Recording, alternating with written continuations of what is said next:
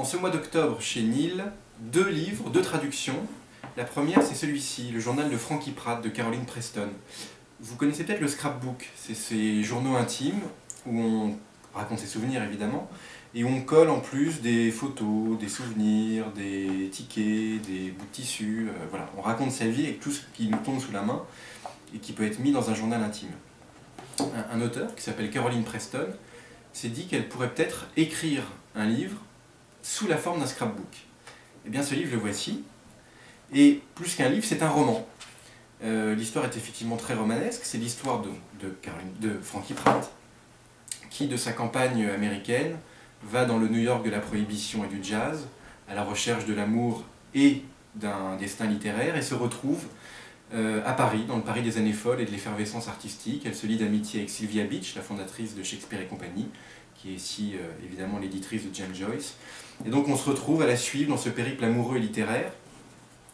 Et donc c'est absolument un roman graphique, car c'est graphique, et c'est vraiment un roman.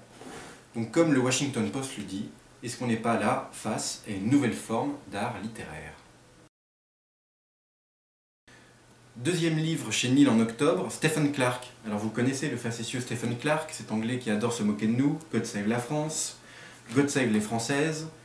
Et bien là c'est un livre plus ambitieux, aussi drôle mais plus ambitieux, puisqu'il refait une lecture des relations franco-anglaises et de toute l'histoire de nos deux peuples depuis 1000 ans, donc de Guillaume le Conquérant jusqu'à Sarkozy. Donc tous les grands événements sont racontés avec humour et surtout avec un prisme anglais, ce qui fait que c'est évidemment pas exactement la même histoire que celle qu'on apprend nous.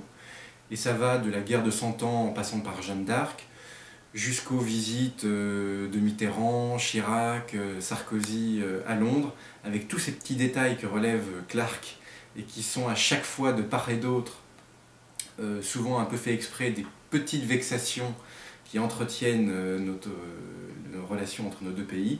Avec juste un exemple que donne Clark, quand Sarkozy arrive avec Carla Bruni reçue par la reine, le cheval qui ouvre la route, et donc dans cette arrivée princière, royale même, le cheval qui ouvre la route s'appelait Azincourt. Donc la reine a choisi comme cheval pour recevoir le président français et son épouse, le symbole d'une des défaites françaises face aux Anglais.